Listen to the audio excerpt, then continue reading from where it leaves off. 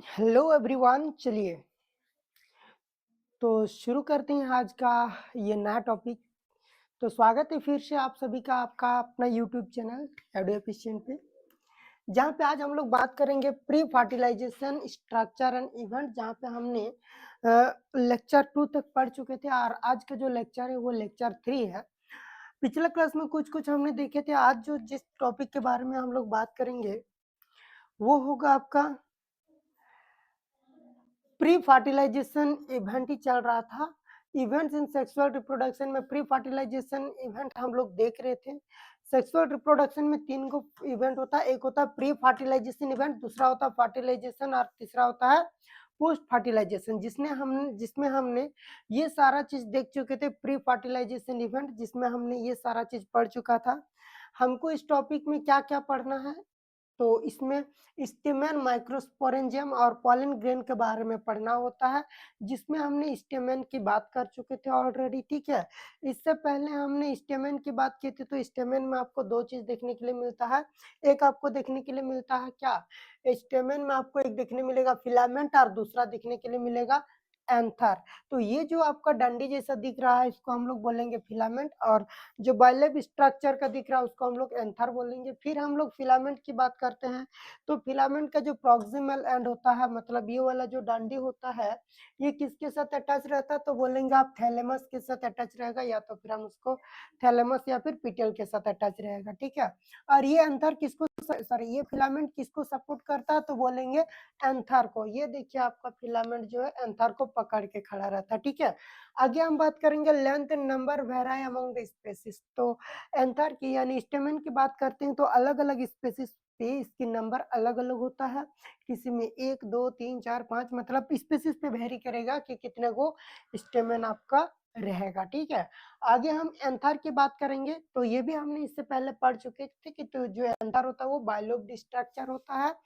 ये terminal and होता है जो कि बाइलोब स्ट्रक्चर होता है, और हर एक लोब में 2 थीका देखने के लिए मिलता है, जिसके कारण इसको हम लोग डायथिकस भी बोलते हैं। और उसके बाद देखेंगे तो ये थीका को अलग करने के लिए एक लॉन्गिट्यूडिनली ग्रुप रन करता है। ठीक है, आगे हम इसको और भी देखे थे कि अगर एक टाइपिकल एंथर की बात करेंगे तो जो बाइलोब स्ट्रक्चर होता है वही टेट्रागोनल होता है। टेट्रागोनल का मतलब 4 साइडेड, और अगर इसको ट्रांसवर्स सेक्शन काट के अगर ऐसा करके अगर हम इसको देखते हैं तो इसमें 4 गो माइक्रोस्पोरेंजिया देखने के लिए मिलता है, जो कि आगे जाके पोलेंसेक बन जाता है। ठीक है, एक लोब में 2 गो माइक्रोस्पोरेंजिया देखने मिलता है, यानी 2 लोब में 4 गो देखने के लिए मिलता है। पोलेंसेक की बात करेंगे तो लॉन्गिट्यूडिनली ये extend longitudinally and contain numerous pollen grain. तो पॉलन सैक ही वो जगह होता है जहाँ पे आपको पॉलन ग्रेन देखने के लिए मिलेगा। उसके बाद हमने ये भी देख चुके थे माइक्रोस्पोरेंजियम, जो कि इसका अगर ट्रांसवर्स सेक्शन देखेंगे तो इसमें आपको 4 गो लेयर देखने के लिए मिलता है, एपिडर्मिस, एंडोथेसियम, मिडिल लेयर और टेपिटम।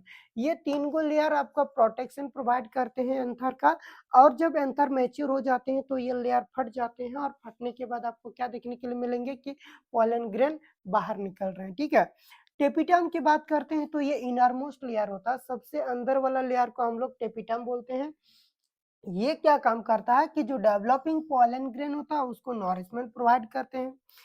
टेपिटम का सेल जो होता है उसमें आपको डेंस साइटोप्लाज्म देखने के लिए मिलेगा, और ऑफन यानी बाइन्यूक्लिएटेड या फिर मल्टीन्यूक्लिएट कंडीशन आपको देखने के लिए मिलेगा। ठीक है, और ये बाइन्यूक्लिएटेड या मल्टीन्यूक्लिएट इसलिए होता है क्योंकि कैरियोकाइनेसिस बोले तो माइटोसिस होता है, मतलब न्यूक्लियस का तो डिवीजन होगा, लेकिन न्यूक्लियस डिवीजन के बाद जस्ट उसका साइटोकाइनेसिस यानी सेल का डिवीजन नहीं होता है, जिसके कारण एक ही सेल के अंदर आपको 2 या उससे ज्यादा न्यूक्लियस देखने के लिए मिलता है। कौन सा सेल में, तो बोलेंगे टेपिटम का सेल में। चलिए, अभी जो हम बात करेंगे वो स्पोरोजेनस टिश्यू के बारे में बात करेंगे। किसके बारे में बात करेंगे, स्पोरोजेनस टिश्यू। और ये बहुत ही इंपॉर्टेंट होने वाला है, यहाँ से आपको ध्यान देना बहुत ज्यादा जरूरी है। ठीक है, स्पोरोजेनस टिश्यू की बात करेंगे। इससे पहले जो हमने बताया वो तो पिछला लेक्चर में आप लोग पढ़ चुके थे, लेक्चर 2 में। यहाँ से आज की टॉपिक है जो नया लेक्चर है। ठीक है, स्पोरोजेनस टिश्यू, जब हम एक टाइपिकल एंथर की बात करते हैं तो सबसे पहले 4 गो लेयर देखने के लिए मिलता है।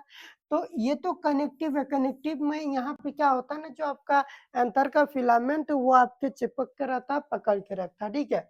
सबसे आउटर वाला लेयर एपिडर्मिस हो गया, उसके बाद एंडोथेसियम हो गया, उसके बाद हो गया मिडिल लेयर, और उसके अंदर आपको जो लेयर देखने के लिए मिल रहा है वो आपका है टेपिटम, ठीक है।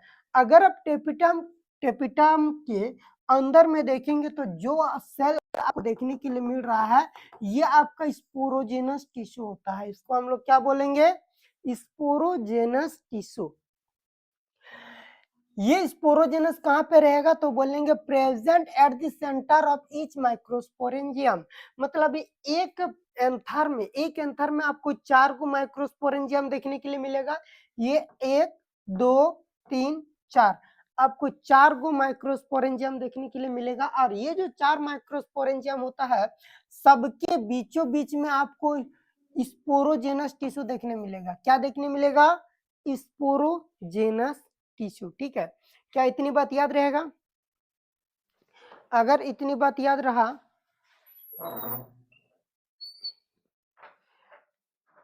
आकाश सर, एक बार देखिए तो बाहर वाला बच्चा इतना हल्ला क्यों कर रहा है, बदमाशी क्यों कर रहा?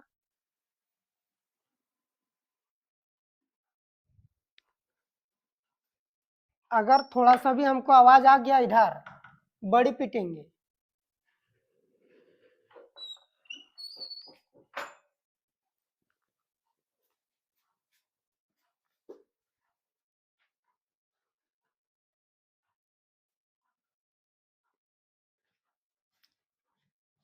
चलिए, ये जो स्पोरोजेनस टिश्यू है, स्पोरोजेनस टिश्यू का सेंटर में आपको देखने के लिए मिलेगा। हाँ, स्पोरोजेनस टिश्यू माइक्रोस्पोरेंजियम का सेंटर में देखने मिलेगा। Made up of compact and homogeneous cell. Compact का मतलब होता है ना कि बहुत सामने सामने रहेगा और एक प्रकार का सेल देखने के लिए मिलेगा। स्पोरोजेनस टिश्यू जो होता है एक विशेष प्रकार का सेल होता है जिससे ये बना हुआ रहेगा, माइक्रोस्पोरेंजियम का बीचों बीच में रहेगा, ठीक है। और यही स्पोरोजेनस टिश्यू आगे डेवलप होकर आपका बन जाएगा पॉलन मदर सेल। ये आगे डेवलप होगा और बन जाएगा आपका पॉलन मदर सेल। चलिए, उसके बाद हम देखेंगे तो माइक्रोस्पोरोजेनेसिस की बात करते हैं। माइक्रोस्पोरोजेनेसिस का मतलब होता है the process of formation of microspore from pollen mother cell. The process of formation of microspore from pollen mother cell through meiosis is called microsporogenesis। देखिए, माइक्रोस्पोर यानी आप समझ लीजिए तो इसको हम लोग पॉलन ग्रेन भी बोलते हैं, ठीक है। मतलब पॉलन ग्रेन आप बोल सकते हैं। एक ऐसी प्रोसेस जिसमें आपका माइक्रोस्पोर बनेगा, उस प्रोसेस को हम लोग माइक्रोस्पोरोजेनेसिस बोलेंगे। लेकिन ये बनता किस प्रोसेस से है? तो बोलेंगे यहाँ पे मियोसिस का डिवीजन होगा। मियोसिस का मतलब होता है कि ये रिडक्शन डिवीजन होगा। रिडक्शन डिवीजन का मतलब होता है कि क्रोमोसोम नंबर आपका आधा हो जाएगा, ठीक है। सबसे पहले स्पोरोजेनस सेल, स्पोरोजेनस सेल कहाँ पे मिलेगा? तो आप बोलेंगे हर एक स्पोरो हर एक माइक्रोस्पोरेंजियम के बीच में। देखिए, ये आपको दिख रहा है कि ये माइक्रोस्पोरेंजियम है। माइक्रोस्पोरेंजियम का सेंटर में आपको कौन सा सेल दिखेगा? स्पोरोजेनस टिश्यू, ठीक है। और ये आपका स्पोरोजेनस टिश्यू डिफ्रेंशिएट होगा और आपका पहले बनेगा पॉलन मदर सेल। यानी स्पोरोजेनस टिश्यू डिफ्रेंशिएट करके आपका बनेगा पॉलन मदर सेल। जैसे पॉलन मदर सेल बन जाता है, इस पॉलन मदर सेल में मियोटिक डिवीजन होता है। मियोटिक डिवीजन मतलब मियोसिस यानी रिडक्शन डिवीजन होगा। रिडक्शन डिवीजन होने के बाद बनेगा आपका माइक्रोस्पोर टेट्रेड। माइक्रोस्पोर टेट्रेड का मतलब होता है कि 4 सेल का गुच्छा। अगर यह आपका पहले स्पोरोजेनस टिश्यू आगे डेवलप होके पॉलन मदर सेल अगर बन गया, ये पॉलन मदर सेल पहली बार जब मियोसिस 1 करेगा तो मियोसिस 1 के बाद आपका 2 गो सेल बन जाएंगे जिसमें डीएनए का कंटेंट ऑलरेडी आपका आधा हो चुका है। सॉरी, क्रोमोसोम नंबर आपका आधा हो चुका है। अगर पॉलन मदर सेल में 2n क्रोमोसोम था तो उसका डॉटर सेल में आपको क्या देखने के लिए मिलेगा कि n नंबर ऑफ क्रोमोसोम देखने के लिए मिलेगा। लेकिन यहाँ पे डीएनए कंटेंट डबल होता है जिसके कारण यहाँ पे और एक बार डिवाइड करने का जरूरत पड़ता है और इसको हम लोग बोलते हैं मियोसिस 2, क्या बोलेंगे, मियोसिस 2। और जैसे ही आपका मियोसिस ये हो जाएगा मियोसिस 1 और ये मियोसिस 2 होता है, तो मियोसिस 2 के बाद हर एक सेल के पास आपका n नंबर ऑफ क्रोमोसोम रहेगा। तो जब मियोसिस होता है तो एक सेल से 4 सेल बनता है, और इसी को हम लोग बोलेंगे कि जब कोई pollen mother cell meiotic division करेगा तो माइक्रोस्पोर टेट्रेड बनता है, यानी क्लस्टर ऑफ 4 सेल। यहाँ पे एक फ्लो चार्ट दिया हुआ है जो आपके लिए बहुत ही इंपॉर्टेंट होने वाला है। जैसे स्टेमेन की बात करेंगे, यहाँ पे स्टेमेन हो गया, स्टेमेन में आपका रहेगा एंथर, स्टेमेन में क्या देखने मिलेगा, एंथर। उसके बाद इस एंथर की बात करेंगे तो यहाँ पे आपको माइक्रोस्पोरेंजियम देखने के लिए मिलेगा। एंथर के बाद आपको क्या देखने के लिए मिलेगा, तो बोलेंगे माइक्रोस्पोरेंजियम। ये स्टेमेन हो गया, एंथर हो गया, एंथर के बीचों बीच में माइक्रोस्पोरेंजियम देखने मिलेगा, और हर एक माइक्रोस्पोरेंजियम के अंदर आपको स्पोरोजेनस टिश्यू देखने मिलेगा, ठीक है। और अगर इस स्पोरोजेनस टिश्यू की बात करेंगे तो इस स्पोरोजेनस टिश्यू में आपको यहाँ पे कुछ स्पेशल स्पोरोजेनस टिश्यू कन्वर्ट हो जाएंगे, आपका डिफरेंशिएट हो जाएंगे पॉलन मदर सेल से, और ये पॉलन मदर सेल में मियोसिस के बाद आपका माइक्रोस्पोर टेट्रेड बनते हैं, और इसी माइक्रोस्पोर टेट्रेड को हम लोग क्या बोल सकते हैं, जाके आगे मैच्योर होगा और सेपरेट हो जाएगा और आपका पॉलन ग्रेन बना लेगा, और इस पॉलन ग्रेन को हम लोग बोलते हैं मेल गेमेटोफाइट। क्या बोलते हैं, मेल गेमेटोफाइट, ठीक है। आगे अगर हम देखेंगे तो यहाँ पे आपको कुछ इंपॉर्टेंट टर्म, इंपॉर्टेंट पॉइंट आपको देखने के लिए मिलेगा कि देखिए यहाँ पे बोल रहा है कि pollen mother cell is a diploid, diploid का मतलब 2n कंडीशन में रहेगा, ऑब्वियस सी बात है। यहाँ पे देखिए इस फ्लो चार्ट को अगर हम देखेंगे, इस डायग्राम को देखेंगे तो सबसे पहले आपको पॉलन मदर सेल दिख रहा है, यही तो 2n कंडीशन में है। मियोसिस फर्स्ट में आपका क्रोमोसोम नंबर आधा हो जाता है, लेकिन डीएनए कंटेंट डबल रहता है, जिसके कारण आपका मियोसिस 2 करने का जरूरत पड़ता है। जैसे मियोसिस 2 हो जाता है, एक सेल से आपका देखिए 4 गो सेल बन गया, जिसको हम लोग टेट्राइड बोलते हैं, जिसमें हर एक सेल हैप्लॉइड रहेगा। क्या रहेगा, हर एक सेल हैप्लॉइड रहेगा। तो ये अगर हम बोलेंगे बताइए पॉलन मदर सेल का प्लॉइडी लेवल क्या रहेगा, तो बोलेंगे आप 2n। और अगर हम बोलेंगे माइक्रोस्पोर टेट्राइड में हर एक सेल का प्लॉइडी लेवल क्या रहेगा, तो आप बोलेंगे n number of n number of ploidy level रहेगा, ठीक है। देखिए माइक्रोस्पोर्स इन टेट्रेड, ये माइक्रोस्पोर्स है, माइक्रोस्पोर का मतलब पॉलन ग्रेन। इस टेट्रेड में जो माइक्रोस्पोर मिलेगा इसका प्लॉइडी लेवल क्या रहेगा, तो बोलेंगे हैप्लॉइड रहेगा, ठीक है। देखिए यहाँ पे मियोसिस के बाद वो हैप्लॉइड बन जाता है। हर एक microspore develop into pollen grain, हर एक माइक्रोस्पोर आगे जाके एक एक पॉलन ग्रेन बन जाते हैं।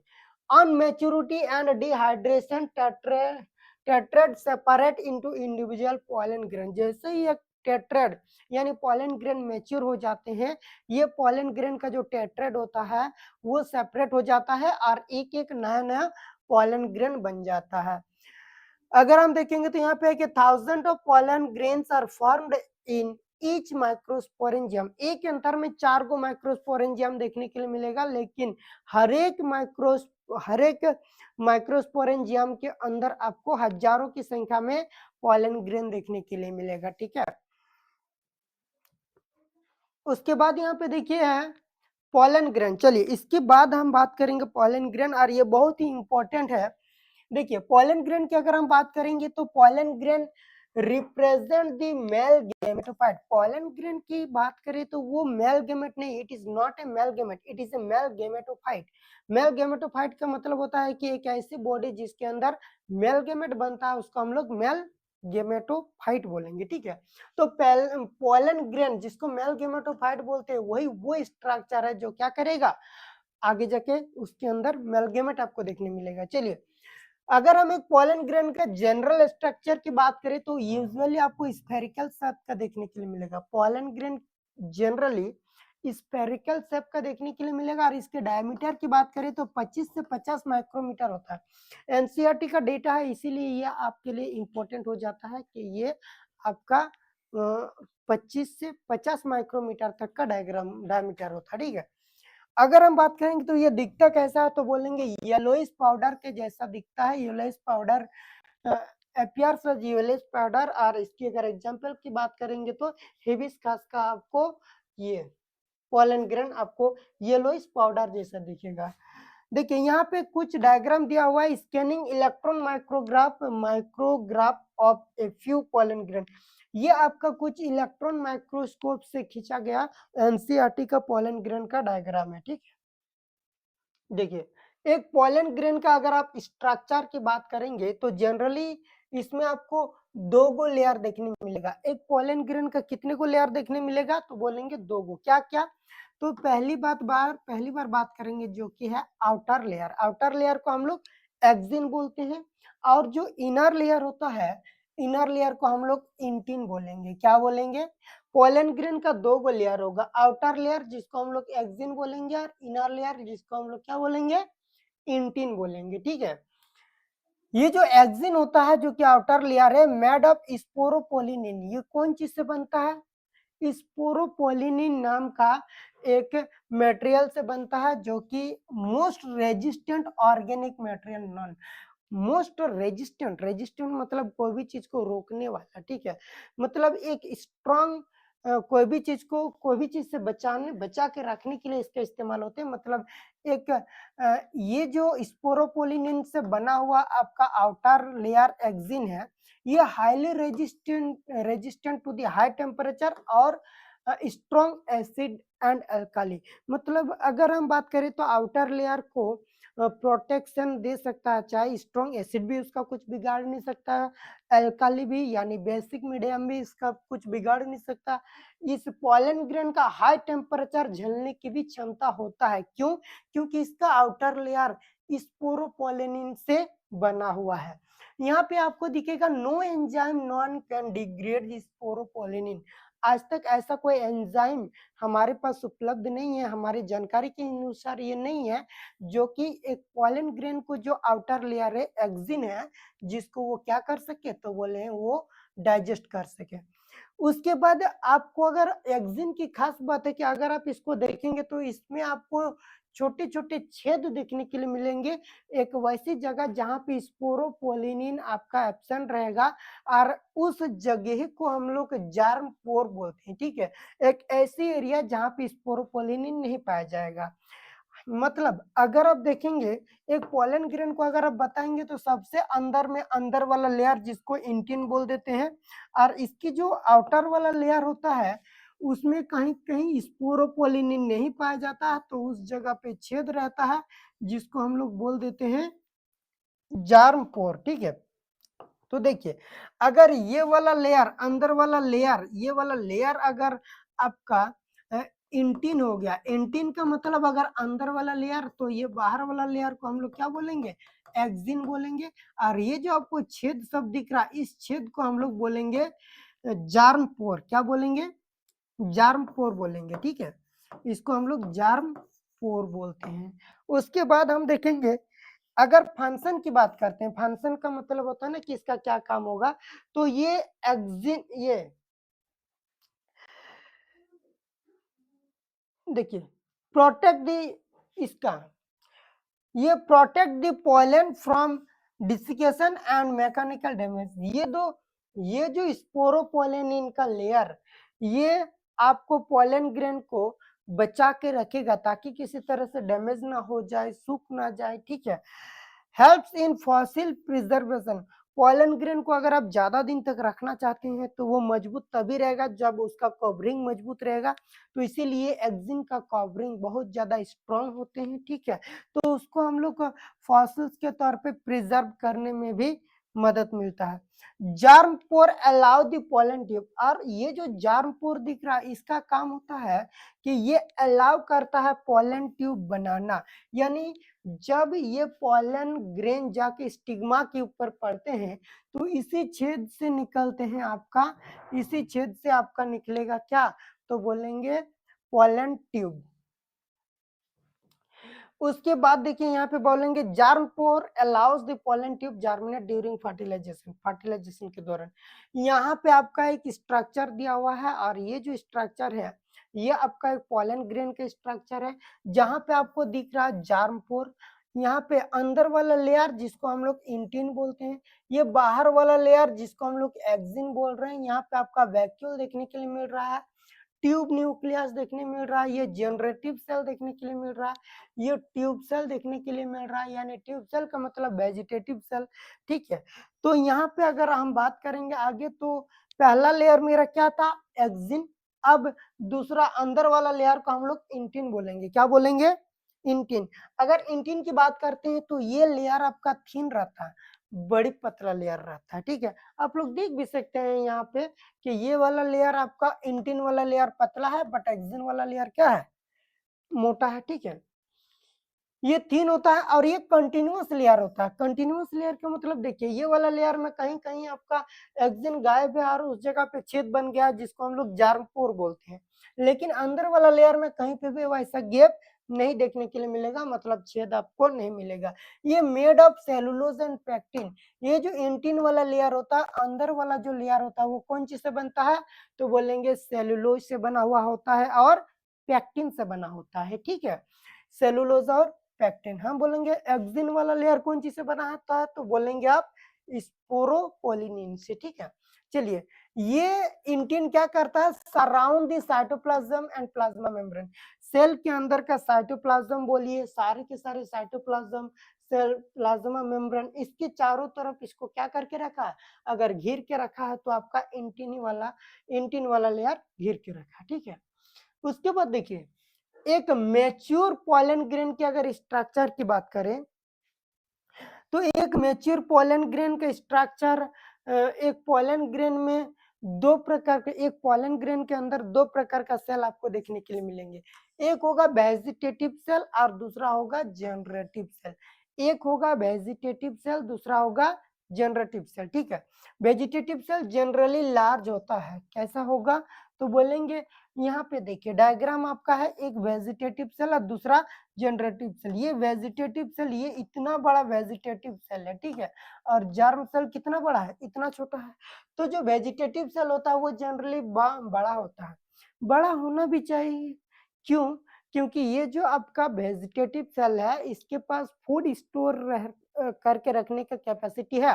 तो जो फूड स्टोर करके रखेंगे तो ऑब्वियसली ज्यादा फूड रखने के लिए तो भाई बड़ा होना पड़ेगा। तो यहाँ पे अबंडेंट फूड मटेरियल इसके ऊपर रिजर्व रहता है, ठीक है।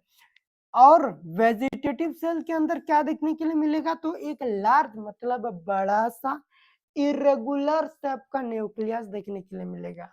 उसके बाद इरेगुलर मतलब है ना कि इसका कोई रेगुलर मतलब इसका कोई डेफिनेट शेप नहीं है, इरेगुलर शेप का आपको न्यूक्लियस देखने के लिए मिलेगा। और ये वेजिटेटिव सेल का जिंदगी में एक ही काम होता है कि किसी तरह पोलन ट्यूब फॉर्म किया जाए। पोलन ट्यूब जो पोलन ग्रेन से निकलते हैं और पिस्टिल के स्टाइल के अंदर से होके ओव्यूल तक पहुंचता है, मेल गेमेट को लेके, ठीक है। तो उस ट्यूब को, पोलन ट्यूब को बनाने का काम किसका है, तो बोलेंगे आपका वेजिटेटिव सेल का, ठीक है। जनरेटिव सेल जनरली स्मॉलर होता है, इसका स्पिंडल शेप होता है। ये जो शेप होते हैं ना, इसको हम लोग स्पिंडल शेप बोलते हैं। यहाँ पे देखिए, ये शेप देख के पता चलेगा आपका, ये जो इस तरह का आपको शेप दिख रहा है सेल, ये इस शेप को हम लोग स्पिंडल शेप बोलेंगे। जनरेटिव सेल में आपका साइटोप्लाज्म डेंस मिलेगा। डेंस मतलब होता है ना कि थोड़ा गाढ़ा टाइप का मिलेगा, कॉन्सेंट्रेट मिलेगा, ज्यादा मिलेगा, साइटोप्लाज्म ज्यादा रहेगा और divide mitotically to form two male gamete. और ये जो जनरेटिव सेल होता है, माइटोसिस करता है। माइटोसिस का मतलब होता है एक ऐसा डिवीजन जिसमें क्रोमोसोम नंबर पेरेंट सेल और डॉटर सेल में सेम रहता है, ठीक है। तो माइटोटिकली डिवाइड करेगा और उसके बाद दो मेलगेमेट बनाता है। जनरेटिव सेल का काम क्या है, तो ये एक बार डिवाइड करेगा और एक जनरेटिव सेल से दो गो मेलगेमेट बनेगा, एक जनरेटिव सेल से दो गो मेलगेमेट बनेगा, ठीक है। चलिए, जनरेटिव सेल का काम याद हो गया। देखिए, अगर हम stages of the pollen at shedding. At shedding मतलब एंथर से जब पॉलन ग्रेन निकल के बाहर आएगा तो किस किस कंडीशन में निकलेगा, तो बोलेंगे 60% कंडीशन में जो होता है pollen grain two cell condition में निकलता है, एक वेजिटेटिव सेल और दूसरा जनरेटिव सेल। और यही जनरेटिव सेल जब पॉलन ट्यूब के अंदर घुस जाएंगे तब जाके डिवाइड होकर दो गो मेल गेमेट बना लेंगे। तो यहाँ पे वन वेजिटेटिव सेल हो जाएगा और एक वन जनरेटिव सेल बनाएगा। कौन, तो बोलेंगे आपका 60% एंजियोस्पर्म में। उसके बाद थ्री सेल स्टेज की बात करते हैं तो ये 40% एंजियोस्पर्म होता है, ठीक है, जो कि यहाँ पे शुरू से ही जब पॉलन ग्रेन निकलेंगे एंथर से, ठीक है, तो शेडिंग से पहले मतलब एंथर से पॉलन ग्रेन निकलने से पहले ही जनरेटिव सेल एक बार डिवाइड कर जाते हैं। और वो किस प्रकार का डिवाइड करते हैं, तो बोलेंगे माइटोटिक डिवीजन करेंगे और वो दो गो मेलगेमेट बना लेंगे, ठीक है। कौन सा सेल मेलगेमेट बनाएंगे, तो बोलेंगे जनरेटिव सेल डिवाइड होके दो गो मेलगेमेट बना लेते हैं, यानी टोटल 3 सेल कंडीशन में निकलेंगे। यानी 40% का फ्लोरिंग प्लांट जो होगा उसमें एगो आपको वेजिटेटिव सेल देखने मिलेगा और दो गो आपको क्या देखने मिलेगा, तो बोलेंगे मेल गेमेट देखने के लिए मिलेगा, ठीक है। चलिए, उसके बाद हम देखेंगे यहाँ पे पॉलन का वायबिलिटी। वायबिलिटी वर्ड का मतलब होता है कि कितना देर कोई पॉलन ग्रेन जिंदा रह सकता है, इसको हम उसका वायबिलिटी बोलते हैं। तो अगर आप देखेंगे तो पॉलन ग्रेन का viability period depend on the temperature, humidity और स्पीशीज टाइप। कितना देर जिंदा रहेगा ये डिपेंड करेगा कि वो पॉलन ग्रेन किस प्रजाति का है, किस पेड़ का है, पहली बार वो किस टेम्परेचर में है और किस ह्यूमिडिटी पे है। ह्यूमिडिटी का मतलब होता है कि जब वो पॉलन झड़ गए हैं यानी एंथर से जब निकले हैं तो उस समय एटमॉस्फेयर में कितना पानी है उसको हम लोग ह्यूमिडिटी बोलेंगे, और एटमॉस्फेयर में कितना टेम्परेचर है उस पर डिपेंड करेगा कि वो पॉलन ग्रेन जो निकले हैं वो कितना देर तक जिंदा रहेंगे। कुछ एग्जाम्पल, आपका ये सारा एग्जाम्पल आपके लिए इंपॉर्टेंट हो जाता है क्योंकि ये एनसीईआरटी का एग्जाम्पल है। सारे के सारे जो लाइन ही है वो आपका एनसीईआरटी का है, ठीक है। तो आप अगर देखेंगे राइस मतलब चावल, गेहूं, इससे जो निकलते हैं पॉलन ग्रेन, इसका पॉलन ग्रेन एंथर से निकलने के बाद लगभग 30 मिनट तक, यानी 30 मिनट तक जिंदा रहते हैं, ठीक है। लेकिन कुछ और फैमिली की बात करें तो रोजेसी, लेग्यूमिनेसी या सोलेनेसी की बात करेंगे तो इसका पॉलन ग्रेन महीना महीना भर तक जिंदा रह सकता है। उसके बाद देखिए, उसके बाद हम बात करेंगे पॉलन की स्टोरेज। तो पॉलन ग्रेन को हम स्टोर करके रख सकते हैं, ठीक है। जैसे कभी देखते हैं ना जिस प्रोसेस को हम लोग बोलते हैं कैरियो प्रिजर्वेशन, ठीक है। इसमें हम लोग स्टेम सेल को प्रिजर्व करके रखते हैं, किसी एनिमल का हो गया है, इवन ह्यूमन का भी स्पर्म को हम लोग जो प्रिजर्व करके रखते हैं वो -196 डिग्री टेम्परेचर पे लिक्विड नाइट्रोजन पे उसको हम स्टोर करके रख सकते हैं, ठीक है।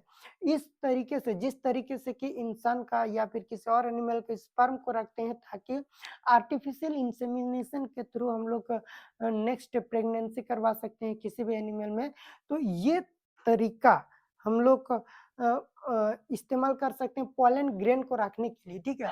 तो पॉलन को भी हम लोग स्टोर करके रखते हैं लिक्विड नाइट्रोजन पे, और इसका इस्तेमाल कहाँ पे करते हैं, तो बोलेंगे पॉलन बैंक में इस्तेमाल करते हैं। और उस पॉलन ग्रेन का इस्तेमाल करते हैं कि क्रॉप ब्रीडिंग प्रोग्राम में। क्रॉप ब्रीडिंग प्रोग्राम वो प्रोग्राम होता है जहाँ पे दो फूल का कैरेक्टरिस्टिक को मिक्स करके हाइब्रिडाइजेशन किया जाता है, ठीक है। तो पॉलन क्रॉप ब्रीडिंग प्रोग्राम में हम लोग क्या करते हैं कि एक बढ़िया क्वालिटी का पॉलन ग्रेन को रख लेते हैं, फिर उसको बाद में दूसरा फूल में इस्तेमाल करते हैं, ठीक है। जैसे कि similar to the seed bank, seed bank में जैसा सीड को स्टोर करके रखते हैं उसी तरह पॉलन बैंक में हम लोग पॉलन ग्रेन को स्टोर करके रखते हैं -196 डिग्री टेम्परेचर पे लिक्विड नाइट्रोजन पे, जिस प्रोसेस को क्या बोलते हैं, कैरियो प्रिजर्वेशन, ठीक है। उसके बाद देखिए पॉलन कुछ कुछ एलर्जिक रिएक्शन भी क्रिएट करते हैं, ठीक है। ये जो एलर्जिक रिएक्शन होता है, some pollen grain causes asthma, bronchitis और क्रोनिक रेस्पिरेटरी डिसऑर्डर, ये सारा बीमारी कर सकता है, अस्थमा जैसे बीमारी हो सकता है, ठीक है। ब्रोंकाइटिस हो सकता है, कुछ एग्जाम्पल की बात करेंगे तो पार्थेनियम हिस्टेरोफोरस, ये आपको यहाँ पे दिख रहा है, जिसको हम लोग कैरोट ग्रास यानी गाजर घास बोलते हैं, ठीक है। इसका जो पोलन ग्रेन है ये भी ये भी सीवियर पोलन एलर्जिक रिएक्शन कर सकता है और स्प्रेडेड वाइडली इंडिया। इसकी अगर बात करेंगे तो ये हमारे इंडिया में पता है गेहूं के साथ मिक्स होकर आ गया था किसी और कंट्री से, और उसके बाद यहाँ पे बहुत ज्यादा फैल गया और ये पोलन एलर्जिक रिएक्शन करते हैं, ठीक है। चलिए यहाँ पे देखिए ये जो नॉर्मल दिख रहा है, अगर जिसे किसी इंसान का अगर अस्थमा नहीं होता है तो नॉर्मली उसका ईयर पाइप विंड पाइप यानी आप ट्रांचा ब्रोंका ब्रोंक्यूल्स की बात करें तो इस तरह का दिखेगा। लेकिन जब हो जाता है अस्थमा, पोलन ग्रेन क्या करता है, अगर पोलन ग्रेन चला गया तो वो इन्फ्लेमेशन कर देगा, इन्फ्लेमेशन हो जाएगा, वहां से आपका म्यूकस निकलने लगेगा, ठीक है, ये टाइटनिंग हो जाएगा, फिर आपका क्या हो जाएगा कि हाँ इस तरह का कंडीशन आएगा। फिर यहाँ पे आपको दिख रहा है अगर ब्रोंकाइटिस हो जाता है तो इन्फ्लेमेशन हो जाएगा, यहाँ पे म्यूकस आपको देखने के लिए मिल रहे हैं, ठीक है। उसके बाद हम बात करेंगे economical importance of the pollen grain. Pollen grain का बहुत ज्यादा इकोनॉमिकली इंपॉर्टेंस भी है, यानी इससे हम लोग पैसा भी कमा सकते हैं कैसे करके, तो बोलेंगे ये बहुत ज्यादा इसका बहुत ज्यादा न्यूट्रिशनल वैल्यू होता है, मतलब न्यूट्रिएंट के तौर पे यूज कर सकते हैं। आपको पता होना चाहिए कि ये हमारे जो है ना डायग्राम एनसीईआरटी का है, कहीं कहीं इसको पोलन टैबलेट के तौर पे यूज करते हैं, फूड सप्लीमेंट के तौर पे यूज करते हैं, मतलब इसको अगर कोई खा लेगा ना तो इसको खा लेगा तो फिर वो उसका फूड के तौर पे बड़ी इंपॉर्टेंट काम आएगा। Claim to improve the athletics performance through the scientific evidences varies. देखिए ये पोलन ग्रेन का और कहाँ इस्तेमाल होता है, तो बोलेंगे एथलेटिक्स लोग जो खेल कूद करते हैं, दौड़ते हैं, तो उन लोग पोलन का इस्तेमाल करते हैं ताकि उसका परफॉर्मेंस बढ़ जाए, ठीक है। उसके बाद देखिए यहाँ पे कुछ कुछ क्वेश्चन दिया हुआ है, इस क्वेश्चन को भी हम लोग देख लेते हैं, और ये सारा क्वेश्चन जो है ना वो आपका एनसीईआरटी का क्वेश्चन है। Why is exine hard? Exine का मतलब क्या है कि पोलन ग्रेन का जो आउटर मोस्ट लेयर होता है उसको हम लोग क्या बोलते हैं, एक्सिन बोलते हैं, जिसमें छेद होता है, जार्मपोर पाया जाता है, तो वो उतना हार्ड क्यों होता है, ठीक है। To protect the pollen from the environmental stress and ensure the survival, ठीक है। एंश्योर द सर्वाइवल मतलब पोलन ग्रेन का सर्वाइवल को बढ़ाने के लिए इन्वायरमेंटल स्ट्रेस को सहने के लिए एक्सिन का लेयर को हार्ड होना जरूरी है। उसके बाद देखिए what is the function of the germ pore? Germ pore क्या काम करता है, तो बोलेंगे इसका एक ही काम होता है पोलन ट्यूब क्रिएट करना। आफ्टर मतलब फर्टिलाइजेशन के समय जब पोलिनेशन हो जाता, पोलन ग्रेन आके स्टिग्मा के ऊपर पड़ जाता, तो पोलन ट्यूब कौन क्रिएट करेगा, तो बोलेंगे आपका germ pore. What is the ploidy of the microspore tetrad? Microspore tetrad का प्लॉइडी लेवल होता है एन, और अगर बोल दिया माइक्रोस्पोर मदर सेल का प्लॉइडी लेवल क्या है, तो वो आपका हो जाएगा 2n, और माइक्रोस्पोर टेट्राड का क्या हो जाएगा, तो बोलेंगे n। Why are pollen grains well preserved as fossils? इसलिए pollen grain को हम लोग बढ़िया से fossils के तौर पे प्रिजर्व करके रख सकते हैं, क्योंकि इसके पास एक आउटर मोस्ट लेयर जो है बहुत हार्ड कवरिंग होता है, जिसको हम लोग स्पोरोपोलिनिन बोलते हैं। स्पोरोपोलिनिन का लेयर पाया जाता है, जिसके कारण इसको आसानी से रखा जा सकता है, ठीक है। चलिए तो आज का ये टॉपिक यहाँ पे होता है खत्म, और इस तरह से हम लोग पोलन ग्रेन का सारी जानकारी को समझ लिए, ठीक है। तो इसको एक बार आप लोग कॉपी में इसका नोट्स बनाइएगा, इसको बढ़िया से लिखिएगा और एक बार याद कीजिएगा, क्योंकि ये बहुत इंपॉर्टेंट है, ठीक है। और इससे मिलता जुलता इसके बाद कोशिश रहेगा कि हम आप लोग के सामने क्वेश्चन ले आए, ठीक है। और इसके बाद इसका एनसीईआरटी का एक एक लाइन भी हम लोग एक बार देख लेंगे कि ऐसा करके कोई ऐसा लाइन तो हम लोग से छूटा नहीं है, ठीक है। तो हम लोग क्या करेंगे ना, इसी तरह पर डे एक एक छोटा छोटा टॉपिक लेंगे और पूरे बायोलॉजी का पूरे सिलेबस को हम लोग कवर करेंगे, ठीक है। तो यहीं पे आज का लेक्चर करते हैं खत्म, तब तक के लिए आप लोग मस्त रहिए, पढ़ाई करते रहिए, ठीक है, जबरदस्त रहिए। थैंक यू सो मच, जय हिंद।